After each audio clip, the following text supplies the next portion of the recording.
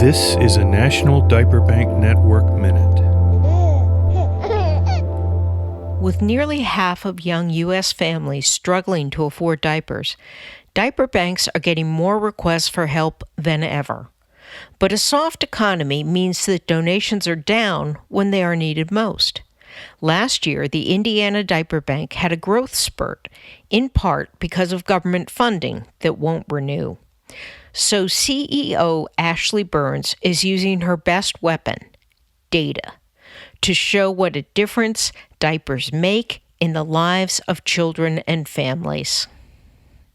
So through a lot of these programs that we know are temporary, really our focus is to collect as much data as we possibly can to form connections and relationships in those communities so that sustainability, when those programs and if those programs are cut, that we're able to continue as best as we can. We know that we might not be able to do it at that same capacity, but as best as we can, that we can then transition over to partner agencies.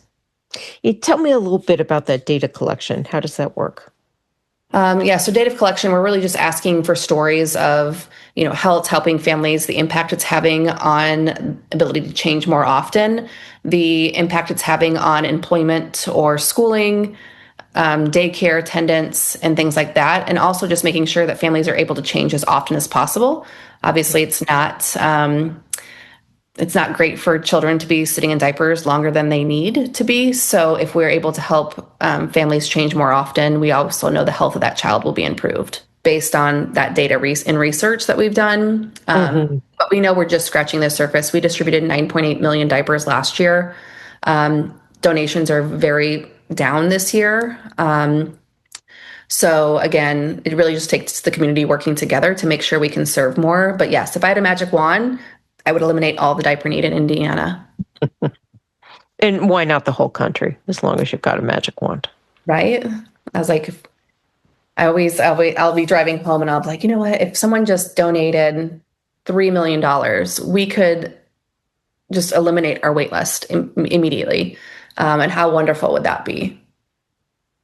And, the bang for the buck of that if I had $3 million, I would give it to you, because we know that babies are healthier, moms are healthier, families are more able to go to work and school for this, relatively cheap intervention. Talking about it so it's not this taboo thing that there's a lot of families that are struggling to afford diapers right now. And if we can be a small part of it to provide a little bit of help for families, we obviously want to do that. If you would like to support the Diaper Bank movement, there is no time like the present. Find out more at nationaldiaperbanknetwork.org.